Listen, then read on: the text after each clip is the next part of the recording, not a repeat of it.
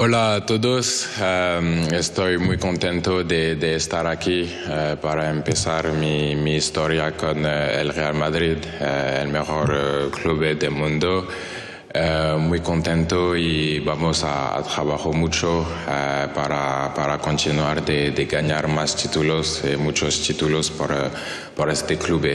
Gracias al presidente, mi agente, mi familia por estar aquí y a la Madrid. La première journée de vacances n'était pas la même pour tous nos tricolores. Tchouaméni par exemple a directement rallié Madrid pour officialiser son arrivée au Real, histoire de lâcher un petit discours en espagnol apparemment écrit par Florentino Pérez et de réaliser quelques jongles approximatifs sous le maillot blanc. En parallèle, certains s'affichaient déjà au soleil, parfois dans la piscine comme Mbappé, place au repos bien mérité. L'équipe, j'espère que vous allez bien. Aujourd'hui, j'avais envie qu'on se projette. Dans quelques mois, l'équipe de France s'envolera au Qatar pour jouer la Coupe du Monde 2022. D'ailleurs, tous les groupes sont enfin connus dans leur entièreté. Le Costa Rica étant le dernier qualifié après l'Australie, qui sera notre adversaire d'entrée en lice dans la compétition le 22 novembre. Après la campagne de Ligue des Nations catastrophique, plusieurs questions se posent. À commencer par les joueurs à sélectionner et plus particulièrement le 11 de départ. Même si la fin de saison synonyme de fatigue y est certainement pour beaucoup, les signes ne trompent pas et Deschamps semblent un peu perdus. Les changements de système opérés en attestent.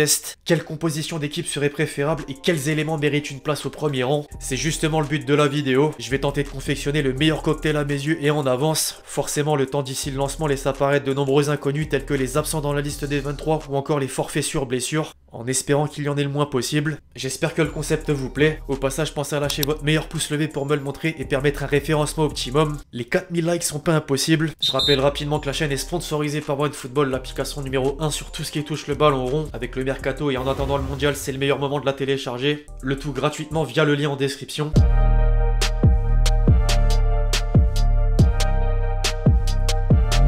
Alors je le dis d'entrée, j'ai opté pour un dispositif en 3-5-2 ou 3-4-1-2 pour ceux qui préfèrent. On a tellement de possibilités sur les côtés qu'on ne peut pas s'en passer, d'autant que les 4-2-3-1 et 4-4-2 n'ont pas vraiment fonctionné. Habituellement, je commence avec une évidence dans les cages. Cette fois, on change la règle. Beaucoup partagent ce sentiment que Lloris est passé derrière dans la hiérarchie. Du coup, j'opte pour Mike Maignan. Notre capitaine de longue date doit évidemment rester dans le groupe pour encadrer les jeunes. Néanmoins, le gardien de l'AC Milan doit devenir numéro 1. Il a été l'un des gardiens les plus décisifs de la saison, voire même le plus décisif. 28,6. C'est le pourcentage de buts attendus empêchés grâce à ses arrêts, soit le double d'un Thibaut Courtois, sans compter son très bon jeu au pied. Dans l'arrière-garde ensuite, le premier élément se nomme Varane. Il a reçu énormément de critiques au cours de ces derniers mois, et pas pour rien. Le joueur formé au RC Lens vit un moment de sa carrière assez compliqué, dû en partie à la situation de son club. Manchester United va mal et son coéquipier en charnière centrale, Maguire, n'arrange pas vraiment les choses. Eric Ten Hag a un sacré travail concernant la mentalité de tout un collectif. Quoi qu'il en soit, Varane est toujours un cadre des Bleus. À ses côtés, je positionne d'abord Lucas Hernandez, le défenseur par excellence, selon moi en tout cas. Capable de jouer à gauche comme au centre, il se sacrifie pour son équipe. Cet aspect vient certainement du fait d'avoir joué sous les ordres de Diego Simeone, la Grinta. Pour compléter la ligne, sans surprise, j'ai envie de dire Kipembe. Il est l'un des seuls points positifs du dernier rassemblement. Presco s'est montré très solide et en vrai leader défensif avec le brassard. Il est aussi le plus conscient du sale bilan. Je cite, « Avoir un stage avec 4 matchs et en gagner aucun, c'est forcément décevant. Le contexte n'était pas facile, mais nous sommes très déçus. Les 2 dernières échéances avant de mettre les pieds dans le bain seront décisives. A noter que le sélectionneur dispose de quelques solutions derrière. Je vise Konaté en l'occurrence. Certes, sa première sélection a été marquée d'une faute, provoquant un penalty et un but victorieux pour la Croatie, mais il n'a pas eu suffisamment de temps de jeu. En parlant de première sélection, j'aimerais énormément que Dédé appelle Fofana. Le potentiel est juste énorme et les qualités sont nombreuses. La Première Ligue a vite découvert sa vitesse, son intelligence de placement, sa qualité technique et dans la passe. La grosse blessure a sans aucun doute fait perdre beaucoup de temps. Bref, à propos des latéraux à présent, à gauche, le frère Hernandez, Théo. Si on retire son erreur de placement récente sur le but qui donne la victoire au Danemark, dans ce système à 3 et grâce à sa percussion, il fait clairement des différences dans les phases offensives. Personne n'a oublié ses prestations lors du Final Four de la Ligue des Nations en octobre, pour citer que ça.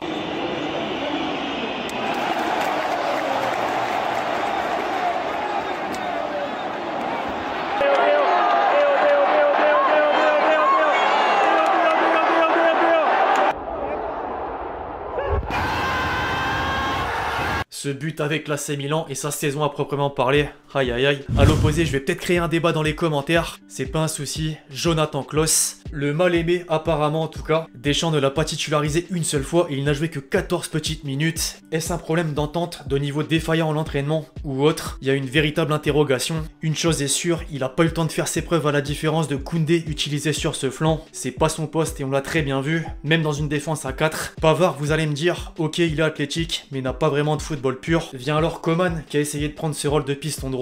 Or, il n'y a pas besoin d'analyse pointue pour voir qu'il est beaucoup plus à l'aise dans un rôle d'ailier afin d'exploiter toutes ses qualités. Tout est dit. Au sein de l'entrejeu désormais, le duo que l'on ne présente plus et qui a tellement manqué lors de ces 4 dernières rencontres, Kanté Pogba, ni Camara, ni Guendouzi, ni Rabiot sont parvenus à convaincre. La fatigue rentre également en ligne de compte. Néanmoins, à l'approche d'une Coupe du Monde, les occasions de prendre des points se font rares. Ils en ont pas bénéficié, ou peu du moins. Heureusement, dans ce secteur, il y a du bagage à l'image de Tchouaméni. Monsieur 100 millions d'euros a su se démarquer plus que les autres au cours de ce mois de juin et profite d'un passif en équipe de France sur l'année civile. Un argument valable pour Camavinga avec qui il va occuper le milieu de terrain du Real Madrid dès l'exercice 2022-2023. J'ai toujours pas compris pourquoi il n'a jamais été repris. L'ancien Rennais vient simplement de gagner une Ligue des Champions en ayant contribué à presque chaque confrontation lors de ses entrées en jeu. J'imagine tellement sa réaction en voyant qui lui est préféré actuellement. En évitant de mentionner les points négatifs, parmi les satisfactions du dernier rassemblement figurait évidemment Nkunku. À la place de Griezmann, effectivement, une des têtes de notre sélection pendant de nombreuses années est en grande difficulté. Alors le profil est différent, le Titi parisien est plus attaquant que Griezmann à la construction. Au-delà de la comparaison, il est très juste dans ses choix, ses placements ou dans les passes. Je pense qu'il faut juste persévérer. Enfin, on arrive à la pointe de l'attaque avec en premier lieu Mbappé. La flèche, inutile de le présenter, ça fait tout droit et ça fait but, grossièrement. En vrai, Kiki est indétrônable, tant il apporte offensivement, avec sa vitesse inévitablement, ses dribbles et sa finition accrue. C'est l'attaquant le plus influent chez les Bleus. Par contre, les coups francs, stop.